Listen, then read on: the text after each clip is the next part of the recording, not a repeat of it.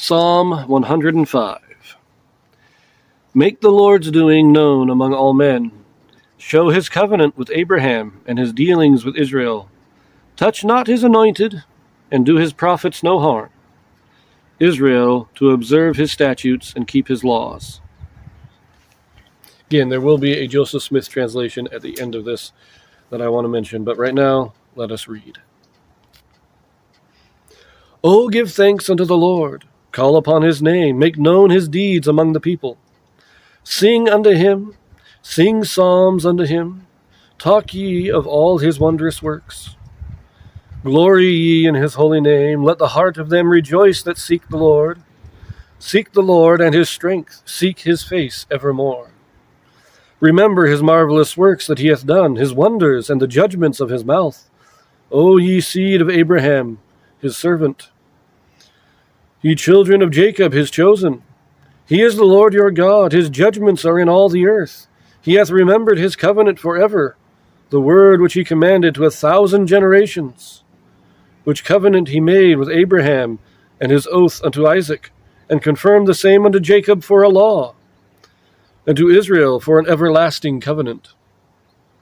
Saying unto thee, saying unto thee will I give the land of Canaan, the lot of your inheritance, when they were but a few men in number, yea, very few, and strangers in it. When they went from one nation to another, from one kingdom to another people, he suffered no man to do them wrong, yea, he reproved kings for their sake. Saying, touch not mine anointed, and do my prophets no harm.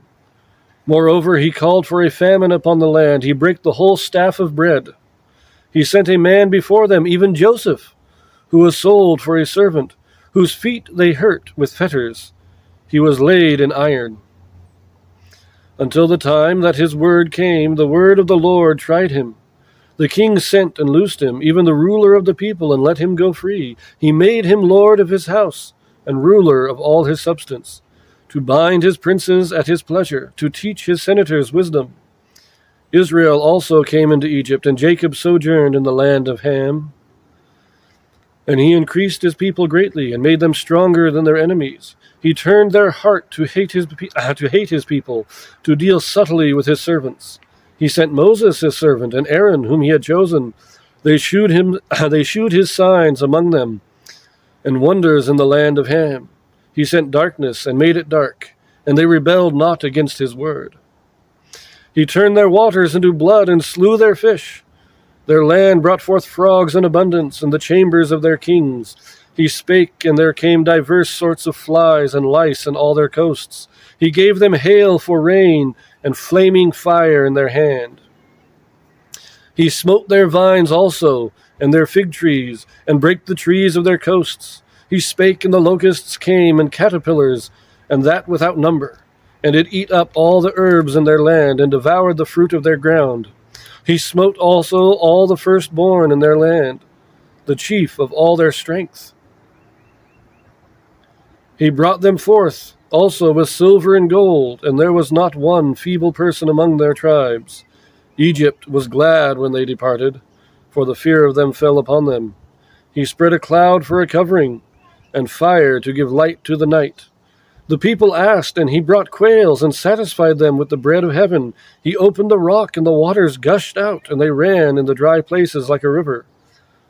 For he remembered his holy promise, and Abraham his servant. And he brought forth his people with joy, and his chosen with gladness, and gave them the lands of the heathen, and they inherited the labor of the people, that they might observe his statutes and keep his laws. Praise the Lord. Now that is a nice little rundown of the history from Abraham to the time of the Judges. It ends with the conquest. This may have been written while Joshua was still alive, because it does end with the conquest. But it also could have been written during the time of the Judges. Now, if it had been written after the time of David, I have a feeling you would have had an extra verse talking about David. But I think that's a great description of God's dealings with Abraham and the children of Israel. They went through the whole thing. I don't think they didn't miss any of the important stuff anyways. I like it. But as I said, there is a Joseph Smith translation here. And what the Joseph Smith translation is, this is an inspired translation or correction of the Bible done by Joseph Smith to restore passages that had been lost or changed over the years. There is one verse here in this chapter. In the King James, we have this verse 42. It is rendered, "For he remembered his holy promise and Abraham his servant." Joseph Smith alters this to, "For he remembered his holy promise unto Abraham his servant." So this is talking. This clarifies that the promise is the Abrahamic covenant, the covenant he made with Abraham to give the land of Canaan to his descendants. It's not a promise and Abraham being remembered, so that it's the same thing. It's just a clarification there. Not a big change, but it is an important change to note. So this is a great psalm extolling the powers and goodness of God to Israel. And I love the one verse, "Touch not mine anointed and do my prophets no harm." It's, of course, calling back, Pharaoh and Abimelech both tried to take Sarah and later Rebecca. And God told them, "These are my prophets. You don't touch them. Don't do anything to them." And I mean, he actually exactly what he told. I can't remember if it was Pharaoh or Abimelech. Oh no, that was Laban talking to to Jacob when he came down. He told Laban, "Don't do any good or evil to him. Don't do anything. Just leave him alone." It's a good callback. Great song.